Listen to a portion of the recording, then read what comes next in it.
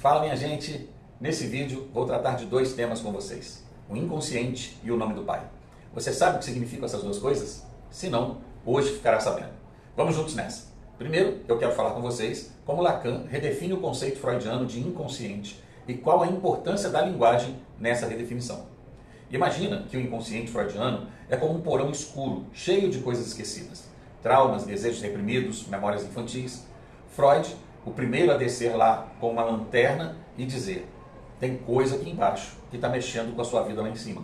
Lacan chegou anos depois, olhou para o mesmo porão e disse: beleza, mas esse porão não é só escuro, ele também fala, e fala numa linguagem própria. Ou seja, Lacan dá um upgrade no conceito de inconsciente.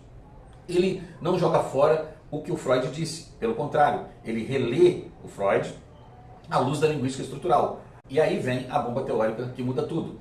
O inconsciente está estruturado como uma linguagem, não é metáfora. Lacan quis dizer isso bem literalmente. O inconsciente funciona como a linguagem. Tem regras, estruturas, jogos de significantes. E os sintomas, os sonhos, os atos falhos, tudo isso são mensagens que o inconsciente envia. Mensagens cifradas, claro, mas ainda assim, mensagens. E por que a linguagem é tão importante aqui? Porque é através da linguagem que o sujeito se constitui. A criança, ao entrar no mundo simbólico, ou seja, ao entrar na linguagem, se separa do mundo bruto do corpo, do instinto, do gozo imediato. Ela se torna sujeito do desejo, justamente por ser atravessada pela linguagem. Mas, claro, isso tem um preço. Ao entrar na linguagem, o sujeito perde algo. Sempre falta uma palavra para dizer exatamente o que se sente. Sempre tem um furo, sempre tem algo que escapa. E esse furo, essa falta, é o motor do desejo. Por isso, o inconsciente não é só um lugar de conteúdos reprimidos, como Freud dizia. Para Lacan, é uma estrutura de significantes, que depois exploraremos melhor. E esses significantes, como se fosse ali um texto que está sendo escrito sem que o sujeito saiba. Um texto atravessado por metáforas, metonímias, jogos de palavras. Então, o que o Lacan está dizendo? Ele está dizendo que o inconsciente não é uma coisa guardada dentro da cabeça.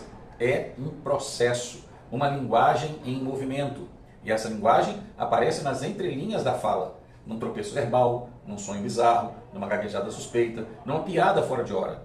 Em resumo, Lacan redefine o inconsciente como algo que fala, estruturado como uma linguagem, feito de significantes que se articulam e deslizam. A linguagem não é só meio de expressão do inconsciente, ela é o próprio inconsciente em ação. Agora vamos lá. E o que Lacan entende por nome do pai? Qual a sua função no processo de subjetivação? Sabe aquela criança que, num belo dia, descobre que não é o centro do universo? Ela achava que a mãe girava em torno dela, que o amor da mãe era só dela, exclusivo, até que, de repente, surge uma terceira pessoa nessa história, o pai. Mas, atenção, esse pai que Lacan traz não é só o pai biológico, tá ok? É muito mais que isso, é uma função simbólica, não uma figura de carne e osso necessariamente. Pode ser, de fato, o pai, pode ser o avô, a avó, o padrasto, o Estado, a lei divina. Todas essas coisas e pessoas podem desempenhar esse papel. O que, na verdade, interessa é a função que corta, separa e organiza o desejo. O que é, então, o nome do pai? É um significante central, aquele que vem nomear e inscrever a lei no psiquismo da criança. Ele funciona como uma espécie de chave simbólica que diz: ei, você não pode tudo, você não é tudo para sua mãe, existe algo além de vocês dois, existe uma ordem maior. O nome do pai introduz a castração simbólica, que longe de ser uma punição, é na verdade o que permite o sujeito se constituir. Ele diz: você tem limites, mas também tem um lugar no mundo. E qual é a função disso na subjetivação? Bom, subjetivação é esse processo de virar sujeito, de deixar de ser um bebê fundido à mãe e entrar na linguagem, no desejo, na cultura. O nome do pai é o operador dessa transição. Ele tira a criança do campo do gozo total, que é imaginário da fusão com a mãe, e a coloca no campo do desejo, que é o simbólico. Ou seja, ele corta a relação dual, mãe e filho, e cria um triângulo, mãe, filho, nome do pai.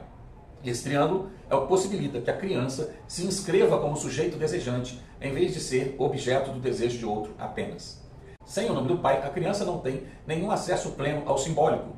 E aí temos um descompasso na estrutura, como nas psicoses, onde a linguagem do significante está fora cluído, ou seja, expulso do campo do simbólico.